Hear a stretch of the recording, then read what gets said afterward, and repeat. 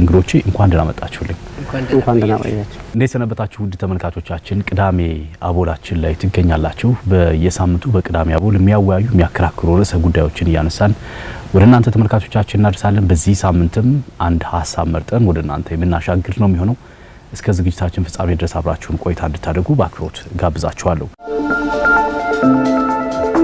በዛሬው የመወያያ ርዕሰ ጉዳያችን ደግሞ ምክንያታዊ ማህበረሰብ መፍጠር የሚል ሀሳብ ይዘን መጥተናል። አንድ ሰው አንድ ጉዳይ ከመጀመሩ በፊት ባደርገው ምን አተርፋለሁ ደግሞስ ምን ሊጎዳኝ ይችላል ብሎ ማሰብ ሲችል ያ ሰው ምክንያታዊ ነው ማለት እንችላለን። ከዚህ ካፈነገጠ ግን ምናልባት ስሜታዊነት ሊሆን ይችላል። ተስፍሽ ፍርድ ያውቃል። ዛሬ ስለ ምክንያታዊነት እናስባለን። በእናንተ እይታ ውስጥ ምክንያታዊነት ምንድን ነው? ምክንያታዊነት ማለት በሎጂክ በማስረጃና በውጤት ላይ የተመሰረተ አስተሳሰብ ነው። ከስሜት ከባህልና ከእምነት ነፃ በሆነ መንገድ ወይም ደግሞ ከቡድን ጫና አስተሳሰብ ወጣ ብሎ ነፃ በሆነ መንገድ በሚመጡ ሀሳቦች ላይ በመመራመር በማገናዘብና በማስተዋል ውጤት ለማምጣት ወይም ደግሞ ውጤቱ ላይ ትኩረት በማድረግ ማስረጃዎችን መፈለግ ነው ምክንያታዊነት። ለምሳሌ አንድ የሆነ ሰው ይህ መድኃኒት ለአንተ ለህይወት ፈዋሽ ነው ብሎ ስለነገረ ብቻ መድኃኒቱን መውሰድ መቻል የለብህም ነው የሚባለው። ምክንያታዊ የሆነ ሰው እንደዛ አያደርግም። የሆነ ሰው መድኃኒቱ አስፈላጊ ነው ብሎ ስለነገረ ብቻ መድኃኒቱን የምትወስድ ከሆነ አንተ ምክንያታዊ አይደለም። ከዛ በፊት ግን እሱ ከነገረ ሀሳብ ውጪ ያ መድኃኒት ምን አይነት ሳይድ ኢፌክት ሊኖረው ይችላል፣ ሳይንሳዊ ጥናቱስ፣ አመሰራረቱስ ወይስ የተፈጠረበት መንገድስ ለኔ ለመድኃኒትነቱ ምን አይነት እንትኖች አሉ የሚሉ ተጨማሪ ብዙ ማስረጃዎችን መፈለግ መቻል አለበት። ይህን ካለመፈለግ የሚመጡ ነገሮች ናቸው ከምክንያታዊነት ጉድለት ለሀገራችን መሆን ያለንበት ሁኔታ እንዲፈጠር የሚያደርገው። አንድ ሰው የሆነ ነገር የከሌ እንደዚህ ነው ምናምን ስላለ ኦኬ ነው ብለህ ምናምን የምትነሳ ከሆነ እሱ ትልቅ ውድቀትን ያመጣል። ምክንያታዊነት መንጋነትን አይፈልግም። በዛኛው አስተሳሰብ ውስጥ መሆን ማለት አይደል። መንጋነት ማለት ይህን ይጸየፋል። ምክንያቱም እዛኛው ማህበረሰብ ውስጥ ወይ እዛኛው መንጋ ውስጥ የምትቀላቀልበት መንገድ ምንድን ነው? ለምንድን ነው የምትቀላቀለው? ምን እውነት አለው? ለምንድን ነው ወደዛ ውስጥ የምትገባው የሚለውን ነገር መመርመር መቻል ካልቻልህ አንተ ምክንያት አይደለም። በአንተ እይታ ምክንያታዊነት ምንድን ነው? ተስፍሽም እንዳለው ከመንጋነት መነጠል ነው ምክንያታዊነት። ይህም ብቻ አይደለም። ቡድንተኝነት፣ ዘረኝነት፣ በአንድ አካባቢ ማሰብ፣ እንዲህ አይነት ነገር ወጥተን በምክንያት ነገሮችን ማሰብ፣ በምክንያት መኖር፣ በምክንያት አንድን ተግባር አንድን ነገር ማድረግ፣ በምክንያት ህይወት መኖር በፍርድ ያውቃል። ምክንያታዊነት ምንድን ነው? ምክንያታዊ መሆን ማለት ትክክለኛ መነሻን ማወቅ ነው። ሰው ከተፈጠረ በኋላ ምን መሆን አለበት? ምክንያታዊ መሆን አለበት።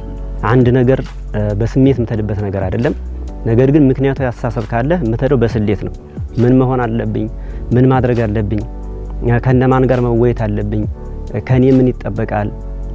ለምሳሌ አንዳንዴ በጣም ምክንያታዊ አስተሳሰብ ያላቸው ማህበረሰቦች፣ ወጣቶች ለሀገራቸው ለምሳሌ ለኢትዮጵያ ምን ሰራችልኝ ሳይሆን የሚያስቡት ምንድነው? ምን ሰራውላት ነው። ለምሳሌ እኔ ለሀገሬ ምን ሰራውላት ነው ማለት ምክንያታዊ አስተሳሰብ ካለኝ ማለት ነው። ግን ምን ሰራችልኝ ከሆነ ሌላ ሳይድ ነው የሚያመጣው። ስለዚህ በዛው ላይ ስለሆነ ጥቅም መፈለግን ያመጣል። ግን ምን ሰራውላት ምክንያታዊ ሲሆን ግን ከራስ ይልቁ ለሰው መኖር፣ ለሰው መስጠት፣ ለሆነ ነገር መኖር፣ እሺ ለሰው መስጠትን፣ ለሰው መኖርን፣ ካንተ በታች ያሉትን ማየትን። ለምሳሌ እኔ በጣም ምክንያታዊ ነገር አስተሳሰብ ያለው ሰው አብዛኞች አሁን አስተሳሰብ ያላቸው ምክንያታዊ ምንድነው የሚያስቡት? ለሰዎች በጣም ትልቅ የሆነ እንትን አላቸው፣ ሪስፔክት ያደርጋሉ፣ ሰዎችን ያከብራሉ። ሰዎች የሚያከብሩት ምንድነው ደግሞ መነሻቸውን አመጣጣቸውን ስለሚያውቁት ነው። ባክግራውንዳቸውን ስለሚያውቁት ነው። ባክግራውንዳቸውን ካወቁት ምክንያታዊ አስተሳሰብ ይኖራቸውና ከተለያየ ነገሮች ይወጣሉ። ሰው በመሆኑ ብቻ ትልቅ አክብሮት ይኖራቸዋል። በዛው ነው የምረዳው ምክንያታዊነት ሚኮን በተለይ በስሌት መጓዝ ነው ምክንያታዊነት። ከጅምላነት መውጣት ነው ምክንያታዊነት። ለሰው መኖር ነው ምክንያታዊነት። ከራስ ይልቅ ለሌሎቹ ራስን ማስቀደም መስጠት ነው ምክንያታዊነት ብለን ካሰብን ምክንያታዊነት ከስሜታዊነት በምንድን ነው ልንለየው የምንችለው? ስሜታዊነት ካለ ምክንያታዊነት አስተሳሰብ አይኖርም በዛ ውስጥ። ምክንያቱም ነገሮችን የምትወስነው ነገሮችን የምታደርገው በስሜት ነው። በስሜት ሆነ ማለት ለዛኛው ለወሰንከው ውሳኔ በስተጀርባ ስላለው ጉዳይ ለምን እንዴት ብለህ አልጠየቅክም፣ ወይም ደግሞ አላገናዘብክም፣ አልመረመርክም፣ መረጃዎችን አልፈለግክም ማለት ነው። ስሜታዊ ሆነ ማለት ምክንያታዊነት ደግሞ ማመራመር አለብህ፣ መረጃ መፈለግ መቻል አለብህ፣ ብዙ ማስረጃዎችን መሰብሰብ መቻል አለብህ፣ ለምን እንዴት ብለህ መጠየቅ አለብህ ብለን ነው ስናወራ የቆየ ነው አይደል? ከምክንያታዊ አስተሳሰብ ከስሜታዊነት በጣም እየተቃረኑ ወደና ጀርባ ልንላቸው ሁሉ እንችላለን። በዚህ መንገድ ይለያያሉ። አንድ ሳንቲም ሁለት ገጽታ የሚለውን ያፈርስና ራሳቸውን ግን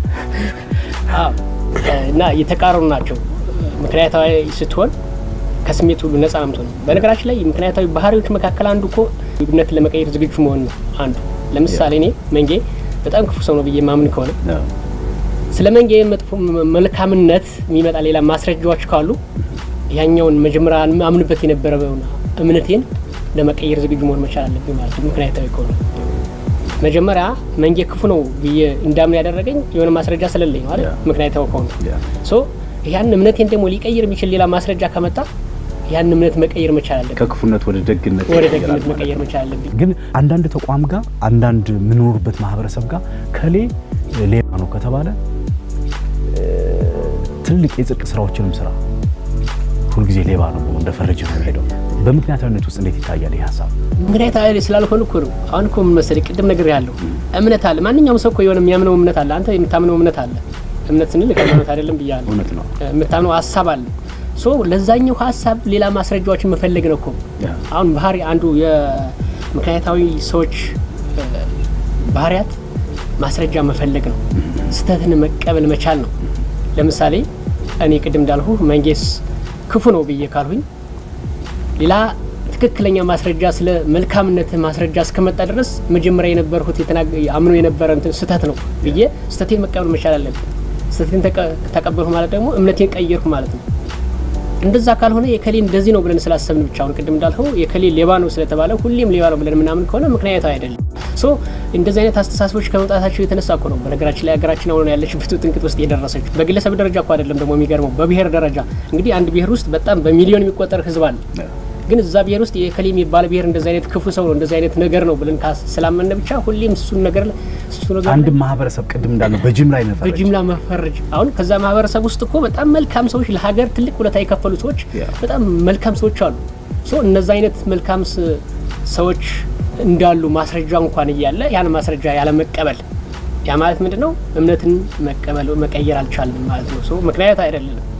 ፍርድ ያውቃል። ተስፍሽም እንዳለው እኔ አንድ ማህበረሰብ ውስጥ ገብቼ አንድ ግለሰብ ብቻ ባደረገብኝና በፈጠረብኝ ስህተት ማህበረሰቡን የመፈረጅ ነገር አለ።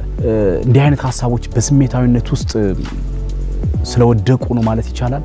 የሰው ልጅ ስሜታዊ የሚሆነው በብዙ ነገር ነው። የራሱ ማንነት በሚነካበት ጉዳይ ፐርሰናሊ ስሜታዊ ሊሆን ይችላል። አግንቶ በማጣቱ ስሜታዊ ሊሆን ይችላል። የሆነ ነገር ማድረግ ፈልጎ ሳይሳካለት ቀርቶ ስሜታዊ ሊሆን ይችላል። ለምሳሌ አንድ መስሪያ ቤት ላይ እየሰራ እከሌ ሰነፍ ነው እከሌ እንደዚህ አያደርግም ተብሎ እንትን ሊባል ይችላል። ግን ከዛ ጀጅመንት ማድረጉ ለምሳሌ እኔ አንድ ተቋም ገብቼ በጣም በስሬ ደካማ በሆን ጀጅ ማድረጉ ያነ ከምክንያታዊነት ጋር በታሪክ አይሄድም። ለምንድነው? ምክንያታዊ ተሳሰብ ያላቸው ሰዎች ከስሜት ወጥተው ያነ ሰው የተሻለ የሚደርስበትን እድል ነው የሚያመቻቹለት። ለምሳሌ በሳይኮሎጂ ምን ይላል? ፐርሰናሊቲ በሁለት እንከፍለዋለን፣ ኢንትሮቨርት እና ኤክስትሮቨርት ብለ ማለት ነው። እና ኢንትሮቨርት ፐርሰናሊቲ ያላቸው አብዛኛውን ጊዜ ምክንያታዊ በሆነ አስተሳሰብ ነው ራሱን ዲቨሎፕ እንዲያደርግ የሰራውን ስራ አብሮ እንደሰራው እንዲቆጠር። አንዳንዶች አሁን ምን ያደርጋሉ? ኤክስትሮቨርት ያላቸው ጀምራ እንደዚህ የሰራውን ስራ እኔ ብቻ ነው የሰራሁት ማለት ነው። አንድ ግለሰብ ብቻ የተቋሙን ውክልና ወስዶ ያደርጋል። እንደዚህ አይነት ፐርሰናሊቲ ያላቸው ሰዎች አሉ። ኢንትሮቨርት ያላቸው ግን ምንድነው የሚያደርጉ? በጋራ ነው የሰራ ነው እንደዚህ አድርገን ውጤት ያመጣ ነው ሲል ምን ይሆናል? እንደዚህ አይነት አግሬሲቭ ያለባቸው ስሜታዊ የሚሆኑ ሰዎች ምን ይሆናሉ? ለካኔም አቅም አለኝ፣ ለካኔም ከዚህ ማህበረሰብ ጋር ሆኜ መስራት እችላለሁ፣ አስተዋጽኦ አድርጌያለሁ እና ለነገው ትልቅ የሆነ ስኬት ትልቅ የሆነ ስንቅ ሰንቆ ራሱንም የተሻለ ነገር እንዲሆን ያደርገዋል። በምክንያታዊነት እንዲያምንም ያደርገዋል። ምክንያቱም እነሱ ሪስፔክት ሲያደርጉት እሱ ደግሞ ከአእምሮ የሚመጣ ይሄ ጨለምተኛ የነበረ አስተሳሰብ ምን ይሆናል? ፊውቸር የሆነ ብርሃን ነገር ታይቶት ምክንያት አስተሳሰብ እንዲኖረው ያደርጋል ማለት ነው። በስሜታዊነት ወደ ትዳር ይገባል፣ ከዛ በስሜታዊነት ይፈርሳል። በሀገር ደረጃ እንግዲህ የምናስተውላቸው እጅግ የሌላቸው ችግሮች ከነዚህ የመጡ ይመስለኛል። በስሜታዊነት ተገፋፍተን የምንገባባቸው፣ በስሜታዊነት ተገፋፍተን የምናደርጋቸው ተግባራት ብዙ ጊዜ ህይወትና መስዋዕትነትን እንደ ሀገርም እያስከፈለን ይመጣል። በስሜታዊነትና በምክንያታዊነት ውስጥ ያሉ ልዩነቶችን ማየት ከቻል አንድን ግለሰብ፣ አንድን ቤተሰብ፣ አንድን ማህበረሰብ፣ አንድን የሀገር ዜጋ ይህ ምክንያታዊ ሊያደርገው የሚችሉት ምክንያቶች ምንድን ናቸው? ቅድም አንተ እንደተናገርኸው የሰው ልጅ የተፈጠረው ለምክንያት ነው፣ በምክንያት ነው። ሶ ምድር ላይ የሚኖረውም በምክንያት ነው። ሶ አንድ ሰው የተፈጠረበትን ዓላማ የተፈጠረበትን ምክንያት እስካላወቀ ድረስ ምክንያታዊ ሊሆን ይችላል ማለት አይቻልም። ምድር ላይ የመጣሁት ለምንድን ነው? ምድር ላይ የምኖረው ለምንድን ነው? እስከ መቼ ነው የምኖረው? ከዛ ከኖርኩ በኋላ የት ነው የምሄደው የሚለውን ነገር ማወቅ መቻል አለበት። አንዳንዴ ሰዎች ሰው ይገድላሉ። ሰው ሲገድሉ እነሱ እንደሚሞቱ ረስተው ጭምር ነው ብዬ ነው የማምነው። ያ ከምን መጣ? ምንጩ ምንድን ነው? ምክንያታዊነት ካለማወቅ። የተፈጠርክበትን ምክንያት አታውቅማ። የተፈጠረበትን ምክንያት ማታውቅ ከሆነ ለምን እንደተፈጠርክ ማታውቅ ከሆነ ምድር ላይ የምትኖረው ለምን እንደሆነ ማታውቅ ከሆነ እንደዛ አይነት ውስጥ ትገባለህ ማለት ነው። ለምንድን ነው ለሰው ልጅ መጥፎ ነገር የምትመኘው? ለምንድን ነው ለሀገር መጥፎ ነገር የምታደርገው? ወይም ደግሞ መጥፎ ነገሮችን ለምን ታስቀድማለህ? ለምን አዎንታዊ አስተሳሰብ ማሰብታ አሉታዊ የሆነ ነገሮችን ታስባለህ? ለምንድን እንደዚህ ነገሮች መጥፎ ነገሮችን ለምን ታስቀድማለህ? ሶ ከዛ በፊት ምንድነው የተፈጠሩበት ምክንያት ምንድነው የሚለውን ነገር መጀመሪያ ማወቅ መቻል አለብህ ነው። አንተ የተፈጠርከው ለምንድን ነው? እኔ የተፈጠሩት ፈጣሪ እያመሰገንኩ ነው ይላል ያው ይተማር ነው።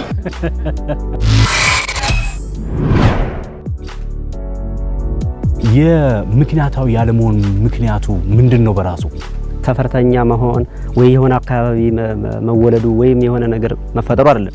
ያ ለምክንያታዊ እንትን አይሆንም። ማህበረሰብ አንተን ይቀርጻል። ለምሳሌ ቤተሰብ አንተ ኩል እንድትሆን ባህሪያችን ሁሉ እንዲቀያየር የቤተሰቦቻችን ማህበረሰቡ ተጽዕኖ የለውም ማለት ይቻላል። በጣም ጥሩ።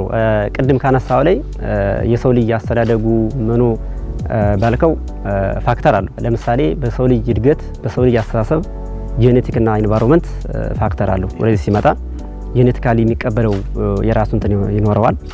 ኢንቫይሮንመንቱ በባህሪም ደግሞ የሚያመጣበት ገጸ ባህሪ ይኖረዋል። ለምሳሌ ከአንድ ቤተሰብ ውስጥም እኮ 5-6 ሆኖ ተፈጥሮ አንዱ ሌላ ባህሪ ይኖረዋል። ይህ ምክንያታዊ ታሰሰ ነው። ለምንድን ነው እንደሚሆነው?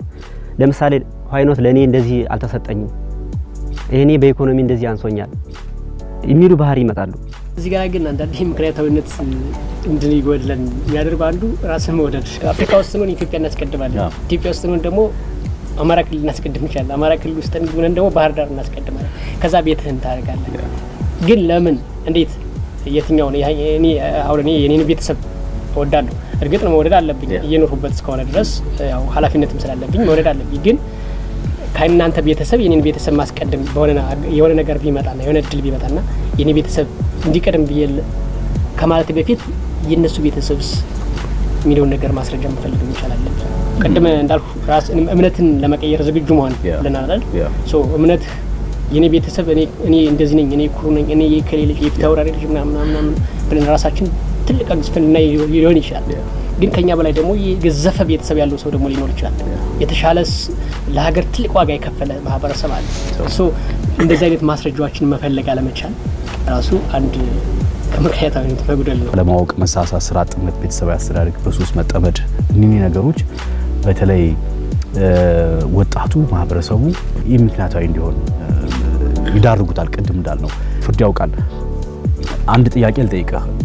አሁን የምክንያታዊ ወጣት ማህበር ውስጥ ነው ያለኸውና በቅኝት ውስጥ ወጣቱ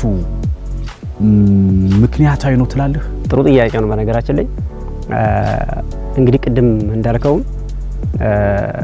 ምክንያታዊነት ለአንድ ሀገር እድገት በማህበራዊም ይሁን በኢኮኖሚውም በፖለቲካውም ትልቅ አስተዋጽኦ አለው። ምክንያቱም ሀገራት እንደ ሀገራት የሚያድጉት ለምሳሌ እና አሜሪካ እና አውሮፓን ብናይ እያደጉ የሚመጡት ምንድን ነው? ሁሉም ሰው ምክንያታዊና አስተሳሰብን ይዞ ስለሚመጣ ነው። በራሱ እድል የራሱን ስለሚወስን ነው። ምክንያቱም ምክንያታዊ አንዱ መገለጫው የራስን እድል በራስ መወሰን ነው። በቃ ግን አሁን አብዛኛው ባየሁባቸው አካባቢዎች እንግዲህ ወጣቱ ምን ይመስላል ካልክ እንግዲህ ማለት ባለችኝ እድሜ ብዙ ቦታዎችን አይቻለሁ። ወጣቱ የራሱ የሆነ ፍላጎት አለው። ቆይ ምክንያታዊ ነው ምክንያታዊ አይደለም አሁን ያለው ወጣት? እሱ እንድትነግረኝ እፈልጋለሁ። 100% ምክንያታዊ ነው ልልህም አልችልም። በፐርሰንት ደረጃ እንውሰደው። የትኛው ይገዝፍብሃል አንተ? የሚገዝፍብኝ እንግዲህ ኢትዮጵያ ውስጥ አሁን ከ70% በላይ ወጣት ነው ያለ አይደለ? አብዛኛው ወጣት ነው ያለ። እንግዲህ ብዙሃኑ አሁን ለምን መሰለህ አሁን እሺ መልስልኝ እንጂ እሱ አሁን ቢያንስ እንደው ከ50% በላይ ወጣቱ ምክንያታዊ ነው ብዬ አላምንም። ምክንያታዊ አይደለም። መገለጫዎች ምንድነው? መገለጫዎች ደግሞ ምንድነው? የስራ ዕድል ፈጠራው ያለው የኢኮኖሚ ሁኔታ እሱ ምን ያደርገዋል? ምክንያታዊነት እንዲሆን ያደርገዋል። እንዳይሆኑ የሚያደርጋቸው ግን አገራቸውን ጠልተው አይደለም ያለው ሳይማር ያስተማራቸውን ማህበረሰብ ጠልተው አይደለም። ግን ምንድነው እነሱ በለፉበት እነሱ በደከሙበት ልክ ጥሩ ነገር አለማግኘታቸው ወደዛነት ይዳረጋቸዋል። ምክንያታዊ እንዳይሆኑ ሆነዋል ማለት። በትክክለኛው በሳይንሱ ግን ትክክል አይደለም። ተስፊ አሁን ለፍርድ ያውቃል የጠየቁ ጥያቄ አለና ወጣቱ ምክንያታዊ ነው ትላለህ ወይስ ደግሞ አይደለም? ምክንያታዊ ነው አይደለም ሙሉ ፐርሰንት ሳይሆን ምክንያታዊ ያልሆነ በጣም ብዙ ህዝብ አለ። ስለዚህ ምክንያታዊ አይደለም አብዛኛው ሰው። መገለጫዎቹ ምንድን ናቸው? ቡድንተኝነት፣ በጅምላ መሄድ፣ ራሳቸው ላይ ያሉ ስህተቶችን አለመቀበል፣ ለሌሎች ስህተት አድርጎ ማሰብ። ለምሳሌ አንድ ወጣት ስራ አጥ ሆኖ ብታገኘው ለምን ስራ አጥ የሆነ ብትለው ስራ አጥ የሆነበት ምክንያት ይደረድራል። ግን እኔ ጋር ምን ይጠበቃል ምን አደረኩ ምናምን ብሎ የሚያስብ አይደለም።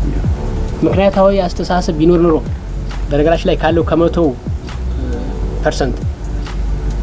40% እንኳን ምክንያታዊ ሰው ቢኖር ኢትዮጵያ ውስጥ ያኛው ምክንያታዊ ሰው ነው ሊያሸንፍ የሚችለው። በነገራችን ላይ ምክንያታዊነት ትልቅ ፓወር አለው። በጣም ትልቅ ፓወር አለው። ብርሃን ነው። አዎ ብርሃን ነው። ለሌሎችም ብርሃን፣ ለጨለማ ሁሉ ብርሃን መሆን የሚችል ኃይል ነው። ስለዚህ 40% በጣም ብዙ ነው። በጣም ብዙ ማለት ነው። እንደ ሀገር 40% ህዝብ ምክንያታዊ አስተሳሰብ ቢኖረው ሀገሪቷን ያለችበት ሁኔታ አይፈጠርም። ልክ እንደ አሜሪካ ትልቅ ሀገር መሆን ነበር። ፍርድ ያውቃል ሲያነሳ የተፋጠነ እድገት ሀገሪቱ ጋር ለመታየቱ ማህበረሰቡ ምክንያታዊ ባለመሆኑ ምክንያት የመጣ ነው የሚል ሀሳብ እያነሳ ነበር። በነገራችን ምክንያታዊ ለእድገትም ለብልጽግናም ትልቅ አስተዋጽኦ ይፈጥራል። የሆነ ነገር የምትወስነው በጅምላ ነው። እምነትን መቀየር አትችልም። አስተሳሰብን በነበረው ነው የምትቀጥለው። በራስ አስተሳሰብ ግትርነት ይበዛል። ግትርነት አለ ማለት ደግሞ መነጋገር መወያየት አትችልም። የሆነ ነገር ለመስራት ደግሞ ዝግጁ አትሆንም ማለት ነው። እናንተ ለምሳሌ ማህበር ውስጥ መሰረቱት የምክንያታዊ ወጣትነት ማህበር መሰረቱ ለቀጣዩ ትውልድ ማስተላለፍ ነው። የመጀመሪያው ራስን ማዳን ነው። ራስን ከማዳን አይደል? ራስን ማዳን ነው። ከማዳን በኋላ ደግሞ ለሚመጡ ትውልድ ደግሞ ሌላ ተርፎ መሄድ ነውና ፈጣን የሆነ እድገት አለመኖር፣ ፈጣን የሆነ አስተሳሰብ አለመኖር ምክንያታዊነት ምንጮች ናቸው ብለን ልንል እንችላለን። የትናንት መሰረቶቻችን ምክንያታዊ ወጣት እንዳይሆን አድርጎታል ብለህ ታስባለህ? ትናንትና ብዙ ነው። እሺ እንደዚህ ምናምን ብለህ የምትለው ነገር አይደለም። ትናንትና በጣም ብዙ ነው። ትናንትና በጣም ብዙ አመት ነው ያሳለፈው። ትናንትና በጣም ብዙ ሰዎች የነበሩበት ነው። ትናንትና ብዙ የፖለቲካ አስተሳሰብ፣ ብዙ የማህበራዊ አስተሳሰብ፣ ብዙ አይነት ሰዎች የነበሩበት ነው። ስለዚህ አሁን ትናንትና እንደዛ አይደለም ለማለት አሁንም ደግሞ ምክንያት መፈልግ መቻል አለበት። ማስረጃ ሊኖር ይገባል። ስለ ምክንያታዊ ወጣትነት ለወጣቱ ትሬኒንግ ትሰጣላችሁ አይደል? 60 ሺህ አካባቢ ወጣት አላችሁ። ለምንድን ነው ያን ወጣት ለመሰብሰብ የፈለጋችሁበት ምክንያት? 60 ሺህ ወጣት እኮ ምክንያታዊ ነው ማለት አይቻልም። አሁን የምክንያታዊ የኢትዮ ምክንያታዊ ወጣቶች በጎ ፈቃድ ማህበር አባል ስለሆነ ብቻ ምክንያታዊ ነው ብለህ ልትል አትችልም። በነገራችን ላይ ምክንያታዊነት ማለት ሁልጊዜ ትክክል ነው ማለት አይደለም። ምክንያት ትክክል ለመሆን መጣር ማለት ነው። ትክክል ለመሆን ማስረጃዎችን መፈለግ ማለት ነው። እሱማ በልዩነት መኖርን በራሱ አንድ ምክንያት ነው። ስለዚህ ትክክለኛ መረጃዎችን መፈለግ ማለት እንጂ ምክንያታዊ ማለት ትክክለኛ ማለት አይደለም። ስለዚህ አሁን እኛ ውስጥ ያሉ 60 ሺህ ወጣት ሁሉም ትክክለኛ ነው ምክንያታዊ ነው ማለት አይቻልም። ግን ምክንያታዊ እንዲሆኑ መንገድ ላይ ነው ያለው። ለምን ተመሰረተ እሱ? ለምሳሌ ምክንያታዊነትን አጣችሁበታል ማለት ነው።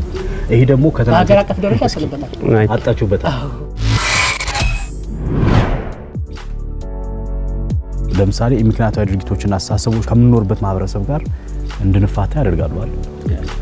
ፋታ በሌለው ማህበራዊ ተቃውሞ ተጋላጭ ሆነን እርስ በርሳችን ስንተረማመስ እንድንኖር ያደርገናል።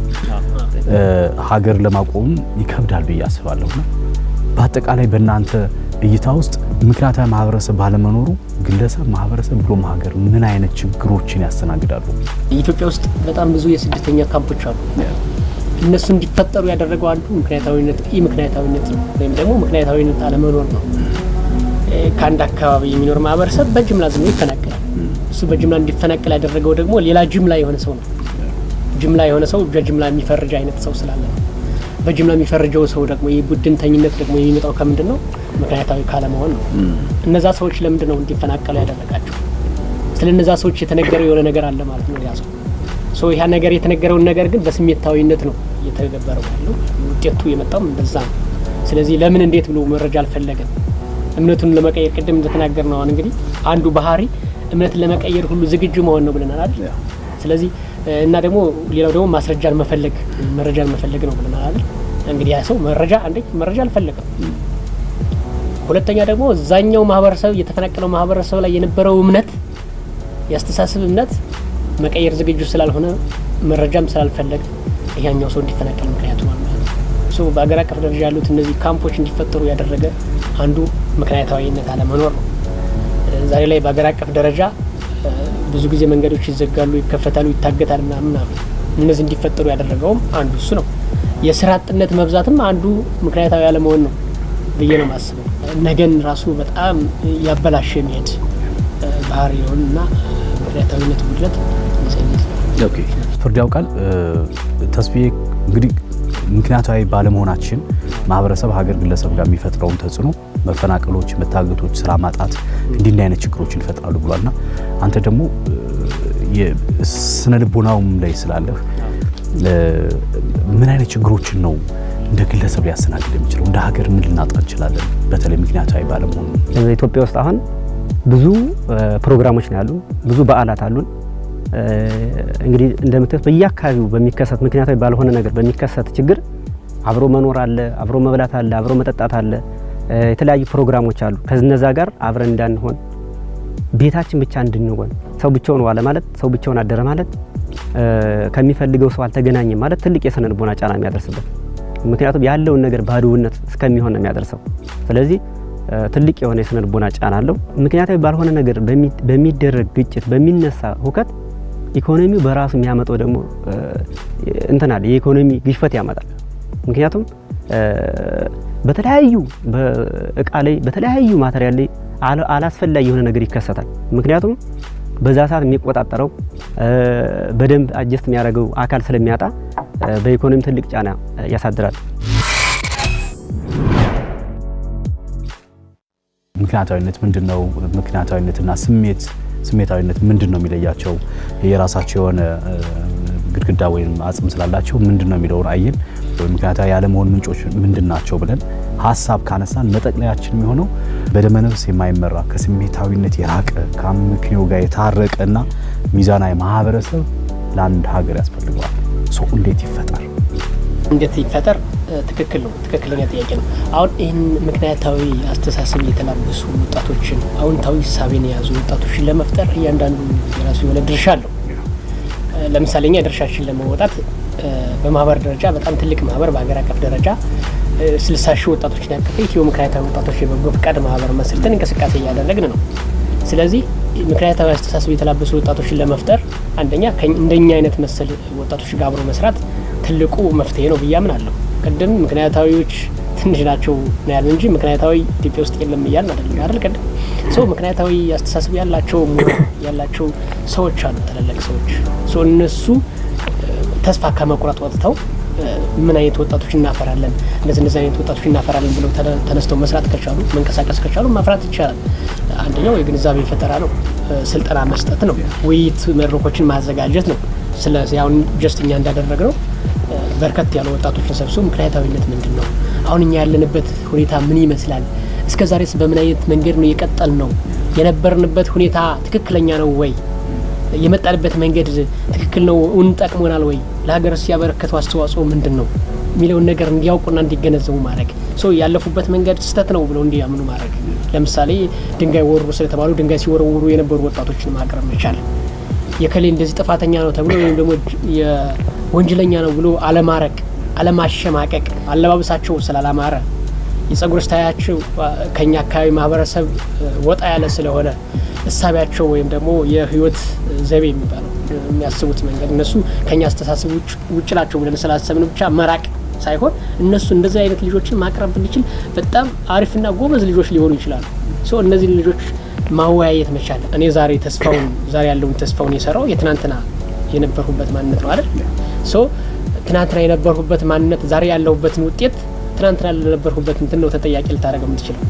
ስለዚህ እነዛ ልጆች ዛሬ ያላችሁበት ሁኔታ ምንድን ነው የሚለውን ካልጠየቃቸው በኋላ ያንን ካዩ በኋላ ትናንትና የነበራችሁበት መንገድ ምን ይመስል ነበረ፣ ነገስ በየትኛው መንገድ ነው መሄድ የምትፈልጉት የሚለውን ነገር በደንብ መጠየቅና እንደዚህ አይነት ውይይቶችን በደንብ በቃ ከልብ መስራት መቻል። እንደዚህ ከመጣ በእርግጠኝነት በጣም ብዙ ምክንያታዊ ወጣቶችን ማፍራት ይቻላል። ፍርድ ያውቃል። በተለይ ያለ ምክንያታዊነት በስሜት ብቻ ተንጠልጥለን በምስራው ስራ ምክንያት እንጂ አሻራው የማይጠፋ አዳፋ ነው ትተን የምንሄደው አይደል? ትውልዱ ጋር ሀገር ጋር። ታዲያ ይሄን ላለመሆን እንዲህ ላለመሆን ታሪክ የማያጠፋው የማይሽረው አዳፋ ጥሎ ላለመሄድ ምንድነው ማድረግ የሚገባል? ነገሮችን በደንብ ማዳመጥ። ምሳሌ የሰው ልጅ ትልቁ የሚገዛው ምንድነው? ማዳመጥ ነው። ያው ስታዳምጠው ችግሩ ምን እንደሆነ ምንጩን ታውቀዋለህ። በመድረክ ስታዳምጠው፣ ኢንዲቪጁዋል ስታዳምጠው ታውቀዋለህ። በዛው ማድረግ አለብን ብዬ አምናለሁ። ከዛም በላይ ደግሞ ራሱን እንዲያውቅ ታሪክ ነክ ነገሮችን በተለያዩ ነገሮች ማቅረብ፣ በሬዲዮ ሊሆን ይችላል፣ በጋዜጣ ሊሆን ይችላል፣ እንደዚህ በመድረክ አሰባስቦ ሊሆን ይችላል። እነዚህ ነገሮች ማመቻቸት ከቻልነ ሁሉም አካል የራሱን የበኩሉን ከተወጣ ሰው ምክንያታዊ የማይሆንበት ሚስ በምንም ታምር አይኖርም። እሺ እንግዶቼ አክብራችሁ የመጣችሁ በአቦላችን እንዲህ አይነት ሀሳቦችን ስላነሳን በእውነት በጣም አመሰግናለሁ። ተመልካቾቻችን በዛሬው የቅዳሜ አቦል ዝግጅታችን ምክንያታዊ ማህበረሰብ መፍጠር የሚል ሀሳብ ከሁለቱ ወጣቶች ጋራ የኢትዮ ምክንያታዊ በጎ አድራጎት ማህበር ፕሬዚዳንት እንዲሁም አማራ ክልል ተወካይ ከፍርድ ያውቃልና ከተስፋ ጋር ነበር ቆይታ ያደረግነው። የዛሬው የአቦል ዝግጅታችን ይመስል ነበር። ሳምንት ሌላ